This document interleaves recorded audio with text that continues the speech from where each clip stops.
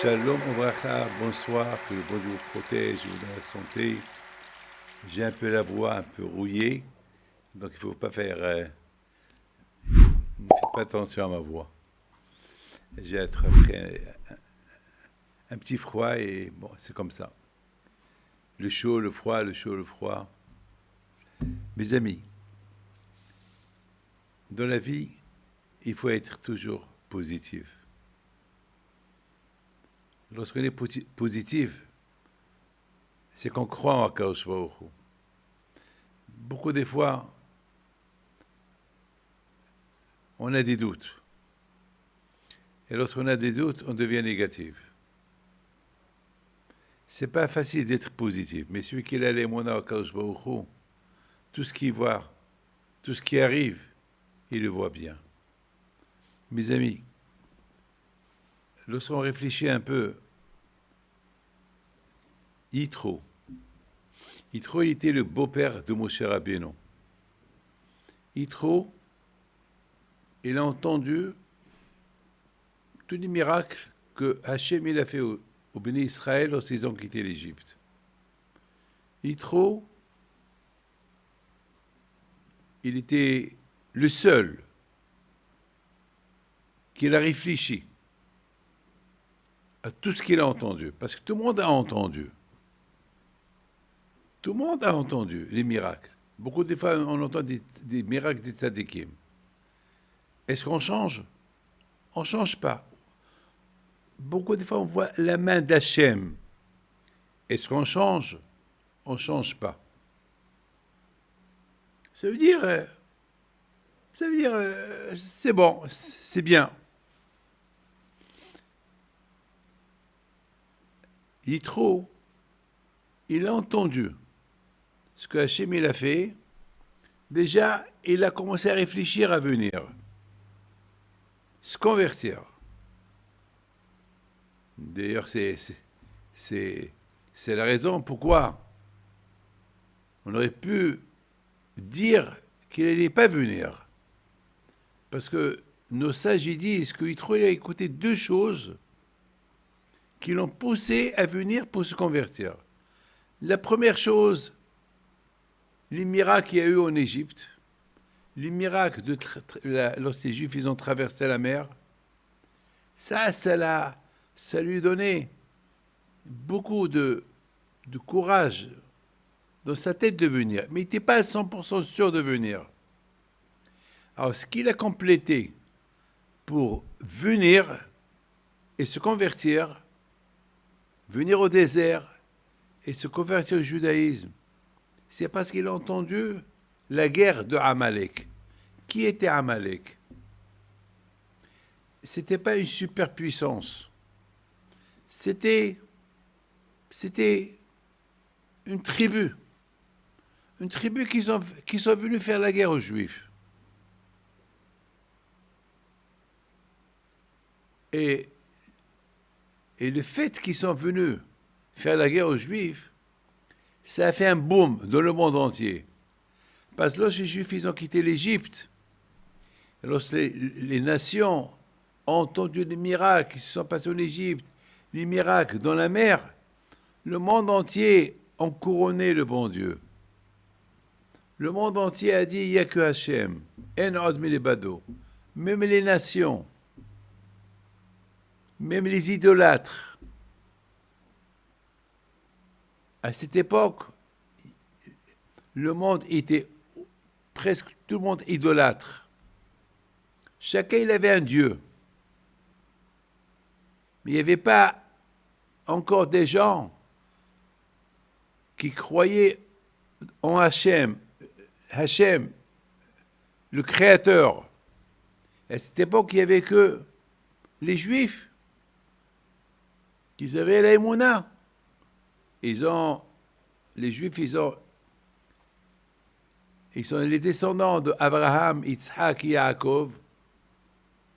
Que Abraham, Yitzhak et Yaakov, c'est eux qui ont diffusé la connaissance qu'il y a Hachem, qu'il y a un créateur, qu'il y a quelqu'un qui a créé le monde, que toute l'idolâtrie c'est du bidon, Il y a Hachem qui a créé le ciel et la terre, et c'est lui qui a créé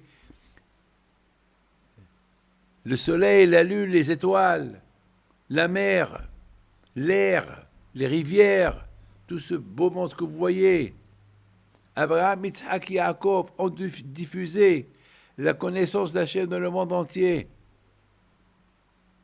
Alors maintenant, lorsque les Juifs, ils ont quitté l'Égypte, et les nations qui étaient idolâtres, ils ont entendu tous les miracles que Hachem il a fait, ils ont vu, alors ils ont couronné Hachem, ils ont dit Adonai Imloch Le'olam Va'ed, il n'y a que Hachem.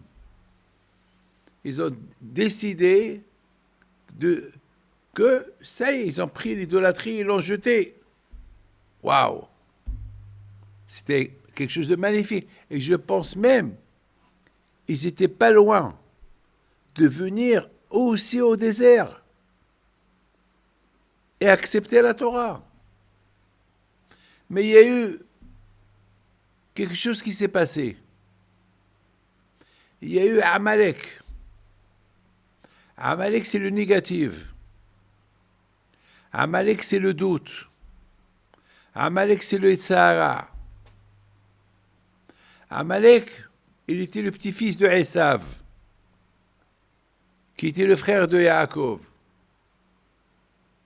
Amalek, c'est le neveu des Juifs. Ils sont venus faire la guerre contre les Juifs. Personne n'aurait pu croire que cette tribu-là, elle vient. C'est la seule tribu qu'elle est restée froide dans la émouna en Dieu. Alors que le monde entier, ils étaient chauds. Chacun il s'est chauffé. Chacun il a commencé à avoir la émouna en Dieu. Il y a Amalek qui a tout gâché. C'est comme un roi qu'on est en train de le couronner et tout le monde, ils sont émotionnés de voir le roi être couronné. Et il y a un qui prend des œufs, il les jette sur le roi, il le salit. Ça va marquer.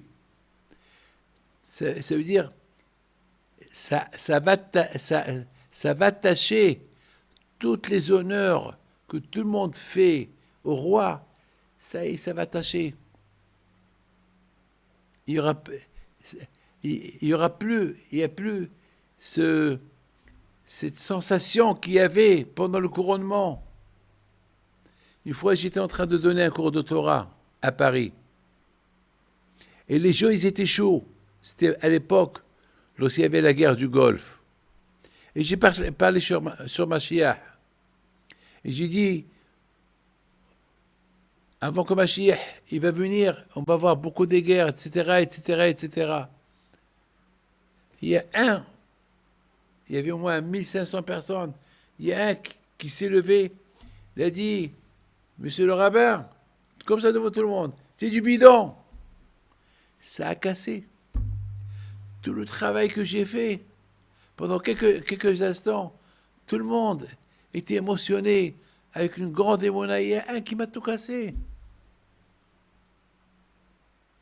Le Satan, il casse. Lorsque le Satan il voit que le monde devient positif dans la émona, beaucoup de fois j'ai des problèmes. Mais jamais je suis négative. Non. J'ai toujours la foi en quand je vois que ça va s'arranger. Et je suis toujours positive. Et même si ça ne s'arrange pas, bon, je ne mérite pas. Mais je ne veux pas mettre la mouna de côté. Une fois, j'avais un problème. J'avais 2 kilim qui coûtent très très cher à Ashdod, qui se sont cassés. Il fallait une grosse somme d'argent pour les réparer. Et j'avais pas cet argent.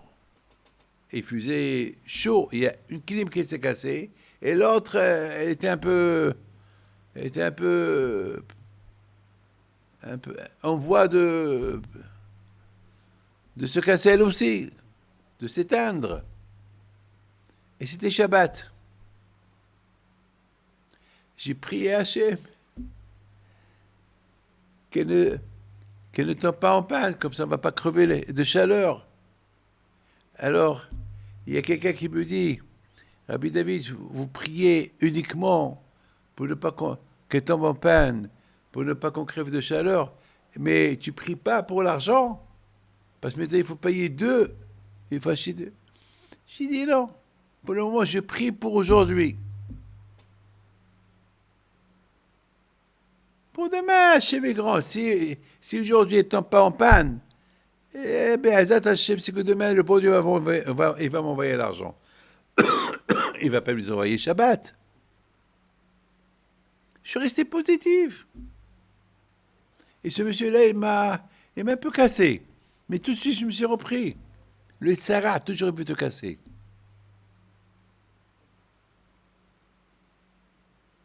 Toujours, c'est ça le Amalek. Amalek, c'est le Safek, c'est le doute. Il veut te casser ta émouna. Et grâce à Dieu, un miracle, Hakadosh Baruch Hu, le lendemain, il m'a appelé quelqu'un que sa femme était malade. Et j'ai prié. Il me dit, Rabbi David, je vous promets que si si Dieu veut tout ira bien, ce que vous voulez, je le ferai. Je dis, pourquoi tu dis jusqu'à que tout va bien? Fais maintenant. Il me dit, oui, d'accord, je fais maintenant. Bien sûr, beaucoup de fois on promet des promesses pour plus tard. Après, on oublie. Toujours en prêt. On dit, si Dieu, il me fait ça, je fais ça. Après, tu oublies, le bon Dieu, il te fait, et toi, tu fais rien. Il me dit, qu'est-ce que je peux faire? Je lui dis, voilà, j'ai un problème. J'ai besoin des clims. Ouais, appelez mon frère. Il va vous dire, c'est quel genre de clim. Et grâce à Dieu, la cause il a fait que c'était cher, mais tout de suite, il a dit oui. C'est tout. Et bon, Hachem, sa femme, elle a guéri grâce à Dieu. Dans la vie, mes amis, toujours il faut prendre les choses du bon côté, pas du mauvais côté. Amalek, il est là pour gâcher. Le Satan, le Sahara, il est là pour gâcher. Il est là pour refroidir. Lorsque le Sahara, il voit quelqu'un qui s'accroche au bon Dieu, il vient, il le refroidit. Il lui met les doutes dans sa tête, des doutes dans la émouna. Il n'y a pas pire que le doute. Il le rend négatif. Mes amis, Yitro, ce qu'il a poussé de venir dans le désert pour se convertir, c'est parce qu'il a entendu comme tout le monde les miracles que le bon Dieu a fait, la traversée de la mer, la sortie de l'Égypte, la fin de Paro.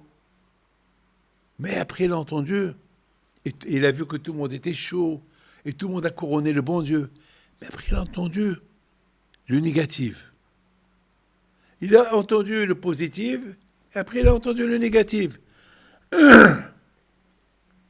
Et c'est quoi le négatif?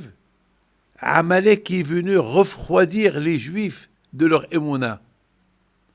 Et automatiquement, le monde entier s'est refroidi. Alors, le fait que tout le monde s'est refroidi de leur émouna, personne n'est venu dans le désert. Mais trop, il est venu. Il a compris que c'est ça le Satan. Le Satan est refroidi. Le Satan, lorsqu'il voit quelqu'un qui est chaud, il veut faire une mitzvah, il veut aller faire... Et le Satan, il vient, il le casse en deux. Il le rend froid. Il le rend négatif. Il est resté positif. Il a entendu deux choses. Quelque chose de positif, quelque chose de négatif. Mais qu'est-ce que Yitro a fait? Le négatif, il a rendu positif. Et ça, c'est un travail. Ça, c'est un travail.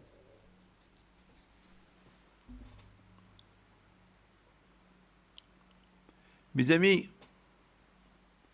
beaucoup des fois, on entend des nouvelles.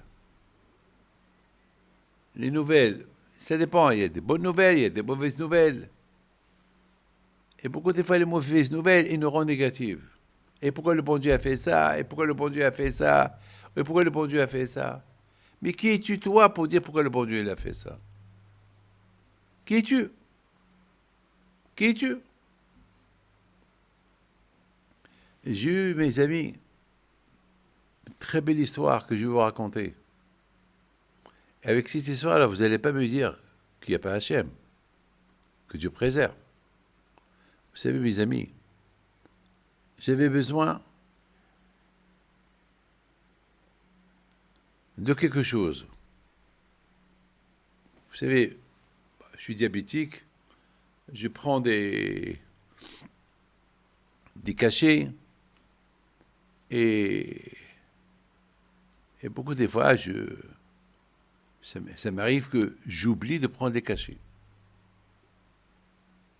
J'oublie de prendre des cachets. Une fois,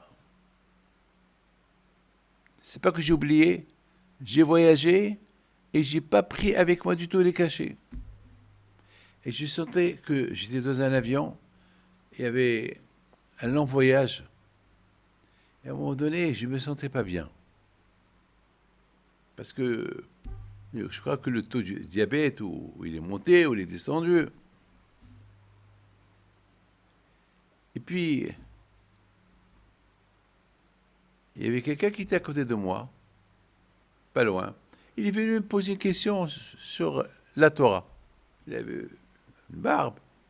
Il vient me poser une question sur la Torah. Il a vu que, lorsque je parlais avec lui, ma parole était sec. Parce que ma bouche était sec. Était sec. Donc c'était un peu dur pour parler. Il me dit, peut-être, monsieur le rabbin, vous voulez que je vous apporte un verre d'eau? Alors je lui ai dit, j'ai oublié d'apporter avec mes cachets, et peut-être c'est à cause de ça. Quel cachet? Je suis diabétique. Et quel médicament vous prenez? Alors je lui dis le nom des médicaments. Il m'a dit, j'ai acheté, j'ai mon père qui est diabétique, il n'y a qu'en France qu'on trouve ces cachets-là. Et puis voilà, j'ai un paquet. Et il me dit, Rabbi Dave, je ne comprends pas. En général, il devait être tous les médicaments que j'ai achetés pour mon père sont dans la valise. Et j'ai pris comme ça une boîte.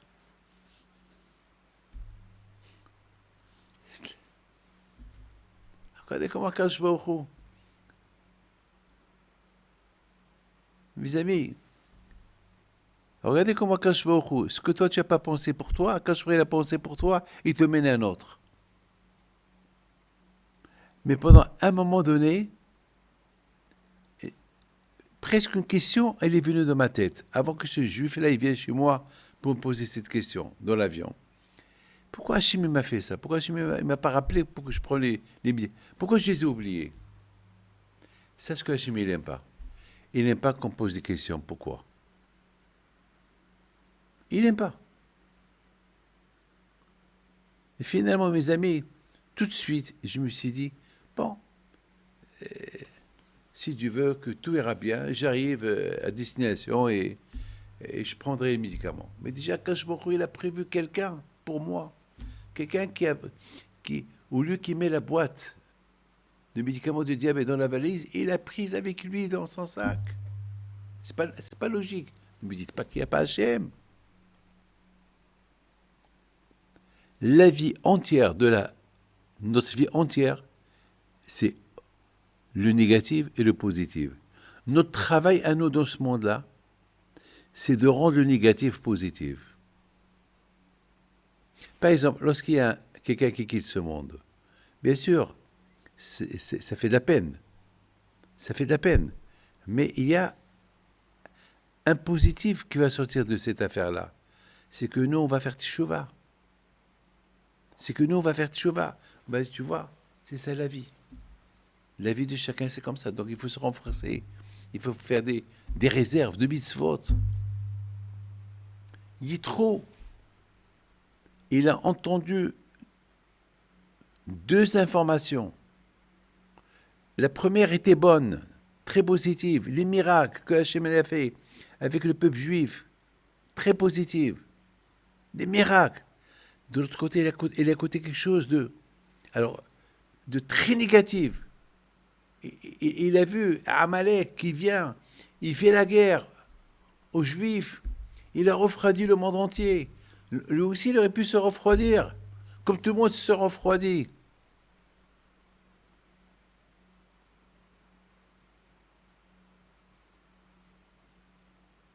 Lui, le contraire. Vous savez qu'est-ce qu'il a fait? Il s'est renforcé. Il a dit, ah, j'ai compris. J'ai compris. J'ai compris que Hachem, il a mis dans le monde le libre arbitre. Il peut pas avoir, l'être humain ne peut pas avoir tout le temps que le positif, positif, positif. Il y a toujours le négatif à côté. Alors, c'est deux forces qui se battent. Le mauvais et le bon. Le négatif et le positif. Les deux qui se battent. Qui va gagner? Pour là, mes amis, il faut la émouna. Et celui, mes amis, qui se renforce dans la émouna, alors Akadosh Baruch Hu, il l'aide à rendre le négatif positif. Cette semaine, j'ai reçu une lettre du rabbin Yitzhak Levi, un des rabbins de Épinay. Il est à la yeshiva de Rabbi Eman Shalita à Paris. Il m'a écrit une lettre. Je pense qu'il a mon âge. Et lui, il est d'origine d'Issaouira. Il m'envoie une lettre cette semaine. Il me raconte une histoire qui s'est passée il y a 100 ans avec sa mère. Sa mère, il y a une nuit, elle avait beaucoup mal au ventre. Beaucoup mal au ventre. Et vous savez, à Issaouira, celui qui avait mal au ventre, celui qui avait mal aux dents, celui qui avait un petit pépin, un petit bobo, il allume la veilleuse de Rabbi Haïm Pinto. Il prie. Alors, mais c'est Madame Lévy, elle avait mal au ventre, et elle allumait la veilleuse de Rabbi Haïm Pinto. Et Rabbi Haïm Pinto, et Rabbi Haïm Pinto. Et la pauvre, elle avait vraiment beaucoup mal. Quelque temps plus tard, vers 3 heures du matin, ils entendent quelqu'un qui tape à la porte. Ils avaient peur. Qui tape à la porte à 3 heures du matin? Ils se lèvent, ils ouvrent la porte. C'était Rabbi Haïm Pinto en personne, mon grand-père. Le père à mon père. Ils se lèvent. Toute la famille se lève. Accueillir Rabbi Haïm Pinto. Ça va, tout va bien. Vous êtes venu à 3 heures du matin. Tout va bien, ça va, ça va. Qu'est-ce qui se passe? Alors Rabbi Haïm Pinto, il dit, ta femme, elle a mal au ventre? Il dit, ouais, Rabbi. Elle est en train d'embêter mon grand-père, Rabbi Haïm Pinto d'Essaouira. Parce que vous savez, il y a Rabbi Haïm Pinto de Casablanca. Et son grand-père, c'est Rabbi Haïm Pinto qui est enterré à Essaouira. Et Rabbi Haïm Pinto, mon grand-père, qui est enterré ici, il est venu chez moi dans le rêve. Il m'a dit, Haïm, lève-toi. Va chez la famille Lévi. Il dit alors qu'ils arrêtent de m'embêter. Je suis en train d'étudier la Torah. Alors, elle a mal au ventre, donne-lui un verre d'eau qu'elle boit de l'eau. Elle va guérir. Alors, Rabbi Haïm Pinto leur dit, apportez-moi un verre d'eau. Il lui a apporté un verre d'eau. Et il a dit, voilà, bisrot Rabbi Haïm Pinto que tu guéris. Il lui a donné. Mes amis, regardez de cette histoire, qu'est-ce qu'on apprend? De cette histoire, on apprend que du positif. L'émouna. Regardez, rapportez l'émouna de cette femme. L'émouna de cette femme, elle a mal au ventre. Elle ne va pas chez le médecin. Elle allume une veilleuse. Qu'est-ce que la veilleuse peut lui faire? Elle allume, elle dérange le tzaddik, et le tzaddik, il la répand. Il lui envoie son petit-fils, Rabbi Haïm Pinto. Je ne sais pas s'il était en train de dormir, je ne sais pas quoi. Et bien sûr, il était en train de dormir. Il vient chez lui dans le rêve, il lui dit, lève-toi. Mais où on entend c'est-à-dire que les tzaddikim, même à leur mort, ils continuent à faire du bien. Et c'est pour ça qu'on appelle les tzaddikim. Lorsqu'on appelle les tzaddikim, ça veut dire qu'on est positif, on a la émouna, par leur mérite. C'est de la folie, c'est de la folie. tu, un tzaddik comme Rabbi Haim Pinto, il vient dans le rêve chez son petit-fils, il lui dit, va chez Madame Lévy, dis-lui qu'elle me dérange, voilà, parce qu'elle a mal au ventre, voilà, donne-lui un verre d'eau. Il s'est pas énervé. Il voulait rigoler, pourquoi il me dérange? Mais ça dit qu'ils sont faits pour ça, pour les déranger. C'est toute cette histoire, c'est la Emouna. Mes amis, regardez, Yitro. Yitro, c'est toute la paracha. Elle porte le nom de Yitro. Parce qu'on apprend du Yitro quelque chose d'extraordinaire. Être positive. Beaucoup de fois, il y a le négatif qui vient, et ce négatif-là, il ne va pas le déranger. Le contraire. Il sait que ce négatif-là, ça vient du Satan, qui veut le refroidir. Alors il s'est renforcé, il est venu. Alors, certainement. Moi, je lui dis, mais pourquoi tu es venu? Ben, je suis venu parce que j'ai entendu les miracles que Hachem il a fait avec vous en Égypte. Les miracles que Hachem il a fait avec vous dans Atem Souf. Et j'étais chaud. Le monde entier était chaud. Mais après, on a vu qu'Amalek il est venu. Il a refroidi le monde entier de la Emouna, donc personne n'est venu. Ah, pourquoi toi tu es venu? Parce que moi j'ai compris que toujours à côté du positif, il y a le négatif. Là où il y a le Tseratov, il y a le Tsara. Là où il y a le bon, il y a le mauvais. Mes amis, dans le Shlom Bayit, la plupart des divorces, c'est parce que on ne se comprend pas.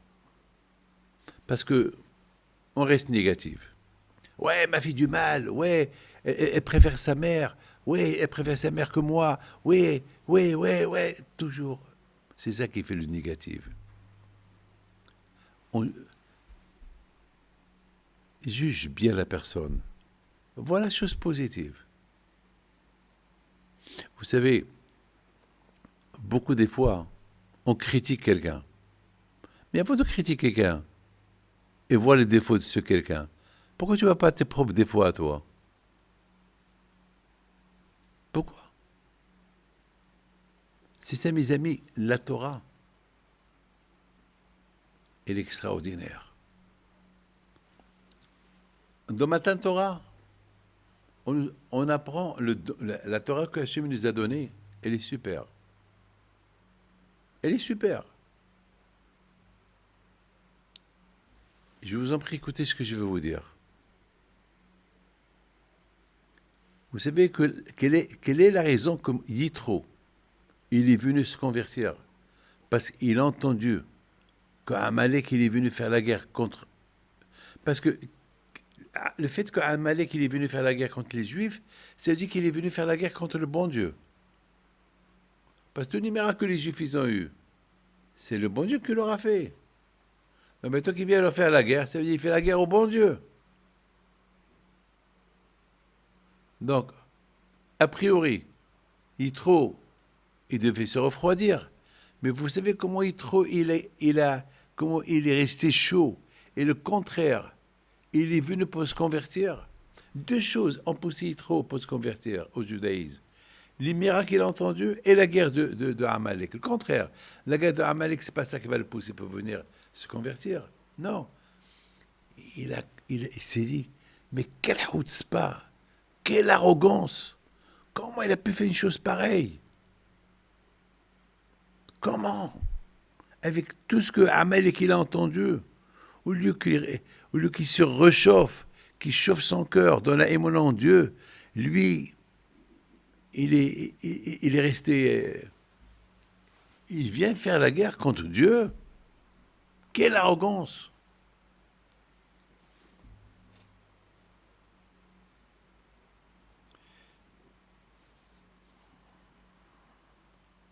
Mes amis, aujourd'hui il y a beaucoup de guerres dans le monde. Il faut qu'on réfléchisse un peu pourquoi il y a beaucoup de guerres. Partout il y a la guerre, partout. Partout. Là où tu vas, il y a la guerre. Bien sûr, nos sages ils disent qu'avant que Mashiach y vienne, il y aura beaucoup de guerres. À l'époque de la Shoah aussi, il y avait beaucoup de guerres. C'était la Première Guerre mondiale, la Deuxième Guerre mondiale. Mais cette Troisième Guerre mondiale, c'est une guerre spéciale. C'est une guerre, non seulement c'est une guerre militaire, mais c'est une guerre de religion aussi. C'est une guerre du doute, le négatif et le positif. C'est une guerre du doute. J'ai vu quelqu'un aujourd'hui qui était athée, et il a fait une grande teshuva. Une grande teshuva. Qu'est-ce qui est arrivé exactement? Ce qui est arrivé exactement est, il était en train de marcher, et soudainement, il a entendu des oiseaux derrière lui. Il se retourne pour voir ces oiseaux derrière lui, et le fait qu'il se retourne, il y avait un missile qui est passé à côté. Il a fait quelque part.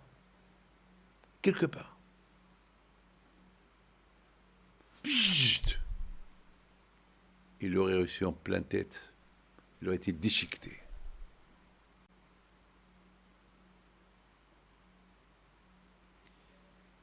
Bien sûr,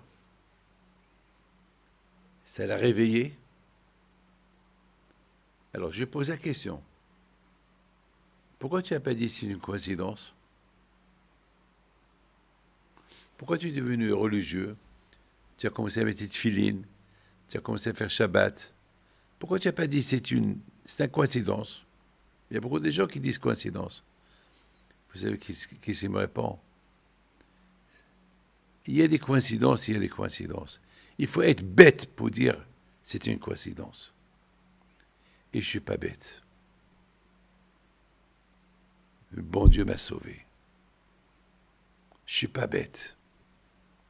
C'est pas possible. Je l'ai embrassé. J'ai embrassé la tête. Il aurait pu rester négatif. Une coïncidence. Mais pas grâce à Dieu. Coïncidence, ouais. Les oiseaux. J'ai entendu le bruit des oiseaux, je me suis retourné. Et qui s'est retourné. Il était comme ça, droit, il a tourné son visage. En tournant le visage, le missile passait à quelques centaines de kilomètres à l'heure. C'est ça, Yitro. Tout ce qu'il a entendu, il dit ça, c'est pas une coïncidence. Cette guerre de Amalek, c'est pas une coïncidence. Cette guerre de Amalek qui est venue refroidir les Juifs, c'est une guerre. Il veut apporter le doute. Votre Dieu qui vous a sauvé de l'Égypte. Allez, oui, votre Dieu, voilà. Comment il nous a laissé venir vous faire la guerre?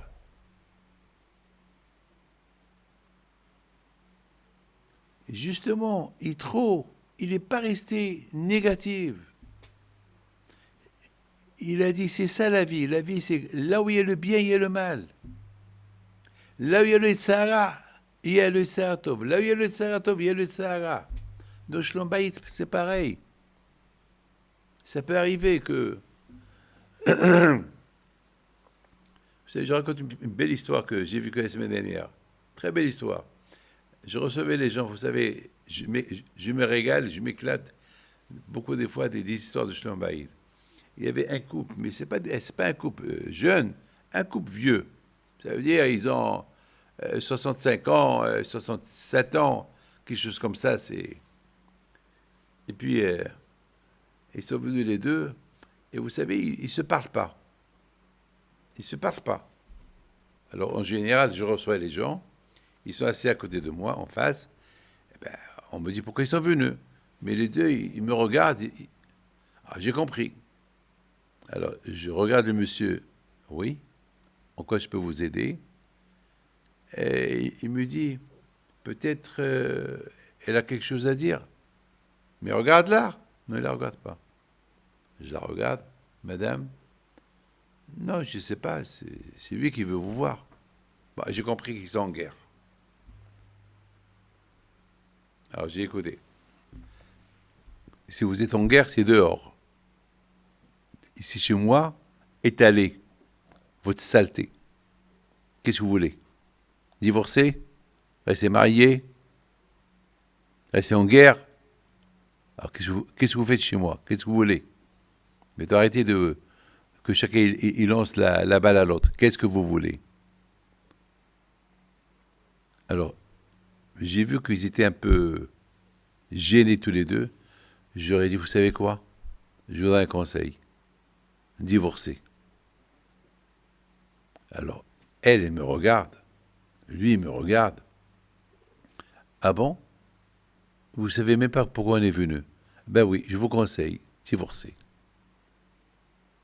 On divorce? Mais pourquoi? Ah, alors pourquoi vous êtes venu? Donc le fait que vous dites et pourquoi, ça veut dire que tu aimes ta femme. Tu veux pas divorcer. Et toi aussi, madame. Le fait que tu étais surpris que j'ai dit pourquoi je vous ai dit divorcer, ça veut dire que tu veux pas dire. Ah, pourquoi vous êtes venu, mes amis? Vous savez pourquoi? C'est parce que beaucoup des fois, on ne veut pas comprendre, on ne veut pas juger la personne. On ne veut pas la comprendre. On ne veut pas le comprendre. Beaucoup de fois, ça peut arriver. Il y a une phrase qui sort de la bouche, il y a une chose qui se fait. Juge bien. Oh, toujours, on va prendre le côté négatif de la chose. Oui, parce qu'il y a fait ça, il y a une guerre sur ça. Bon, si tu juges bien, on ne va pas arriver à tous ces divorces qu'il y a aujourd'hui. Et ça peut arriver qu'on entend quelque chose de très négatif. C'est pas vrai. C'est pas grave. Peut-être c'était mal calculé, juge bien et fini. Vous savez que le bon Dieu, s'il devait nous juger, on serait aujourd'hui. Mais Akash nous comprend. Il essaie par tous les moyens d'arranger les choses pour nous. Mes amis, tout à l'heure vous allez voir un petit film sur Rabbi Khalifa Malka. Mais avant que je vous raconte l'histoire, la paracha de cette semaine, c'est la paracha de Teroma, la paracha de Beth Amikdash. Aujourd'hui, il n'y a pas de Beth Amikdash. On n'a pas. On a l'espoir, si Dieu veut, qui va venir. La première question qu'on vous pose après 120 ans dans l'autre monde, est-ce que tu avais la Emouna en Mashiach? Est-ce que tu as espéré Mashiach? À vous de préparer la réponse après 120 ans. Mais aujourd'hui, on n'a pas de Beth Amikdash. Et c'est Mashiach, si Dieu veut, qui va nous apporter le Beth Amikdash, si Dieu veut. Mais vous savez ce que la Torah dit? Ve'asu li mishkan, ve'shachanti betocham. Quand je ai dit, faites-moi une maison et je vais résider en vous. Ça veut dire, Hachem, il nous dit, faites de vous, madame, faites de toi, monsieur, faites de toi un Beth Amikdash, faites de toi une maison où Hachem peut résider. Ça veut dire, moi, David Pinto, Hachem réside en moi. Vous, mesdames, messieurs, le bon Dieu réside en vous. Mais il faut savoir que Hachem est toujours positive. Pour avoir le zichot que Hachem réside en vous, il faut être positif, pas négatif. Il faut être bien. Pour être bien dans la peau, on est positif. Lorsqu'on est shlili, on est négatif, on n'est pas bien dans la peau. On est malheureux. On est malheureux. On a ras-le-bol de la vie.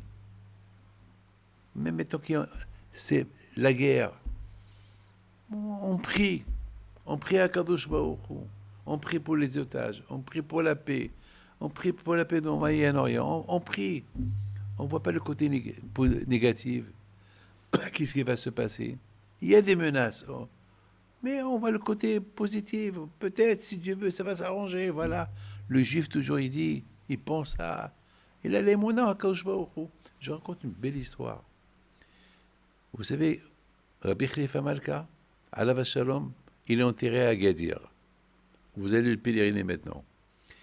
Rabbi Khalifa Malka était un grand commerçant, mais il était Mekoubal. Il était un grand tzaddik, un grand Mekoubal. On dit sur lui que le Shabbat, il fait Keter au ciel. Comme Baal Shem Tov, comme beaucoup de tzaddikim, que pendant la prière, ils montent au ciel, la Neshama, elle monte, ils font là-bas des Yehudim, des prières spéciales et redescendent. Et lui était commerçant. Il avait des bateaux qui faisaient Agadir, Angleterre. Ils vendaient du thé. Il avait des bateaux. Un jour, à Kippour, il était en train de prier. C'était lui, le Shelach Tzibour. Et quelqu'un est venu lui dire, Rabbi, pendant la prière, les 2 bateaux qui sont venus de l'Angleterre, ils sont bien arrivés. On les voit déjà de loin. Ils vont bientôt arriver au port. Rabbi Khalifa Malka, au même moment, devant tout le monde, il a dit à Hachem, quelle épreuve tu m'as donnée? Tu m'as mis dans une grande épreuve. Aujourd'hui, c'est Kippour. On m'annonce que mes bateaux ils sont venus. Ça veut dire que ma richesse va doubler et ça va me perturber dans ma prière. Hachem, je te demande un service. Je veux qu'il y ait une tempête d'eau. Je veux que tous ces bateaux-là, ces 2 bateaux-là, qui coulent. Mais je veux qu'aucune personne dans le bateau il meure. Tu m'as donné, reprends. Je ne veux pas que l'argent me perturbe. Regardez, quel est mon... Et ça s'est passé exactement comme ça. Ça, c'est une histoire que mon père nous racontait. Rabbi Haim Pinto nous racontait toujours. Ça dit Rabbi Khalifa Malka. Et sa fille était mariée avec Rabbi Shlomo Pinto, qui était le père de Rabbi Haim Pinto le Grand. Regardez Rabotai. Regardez comment il travaillait le Sahara. Comment ces tzadikim-là, ils se travaillent pour ne pas être perturbés par le Satan, par le Sahara. Le Sahara de l'argent. L'argent qui rend la personne négative. Mes amis, celui qui a l'aïmouna, il n'est jamais négatif. Mes amis, comment je peux être négatif dans ma vie alors que moi je suis un Beit Hamikdash pour Hachem? Chacun de nous, il doit être un sanctuaire pour Hachem. Et pour être un sanctuaire de Hachem, il faut avoir l'aïmouna que Hachem il est en toi. Alors si Hachem il est en toi et il y a un problème qui arrive, alors c'est pas possible que Hachem va t'apporter ce problème-là. Donc Hachem, il te met en test. Il te teste, est-ce que tu vas rester positif avec ta émouna, ou tu vas devenir négatif, tu vas perdre ta émouna, pourquoi le bon Dieu me fait ceci et cela? Mes amis, que Hachem vous protège et vous donne la santé et la joie, et Bisrot Rabbi Haim Pinto soit avec vous, Ken Ratson.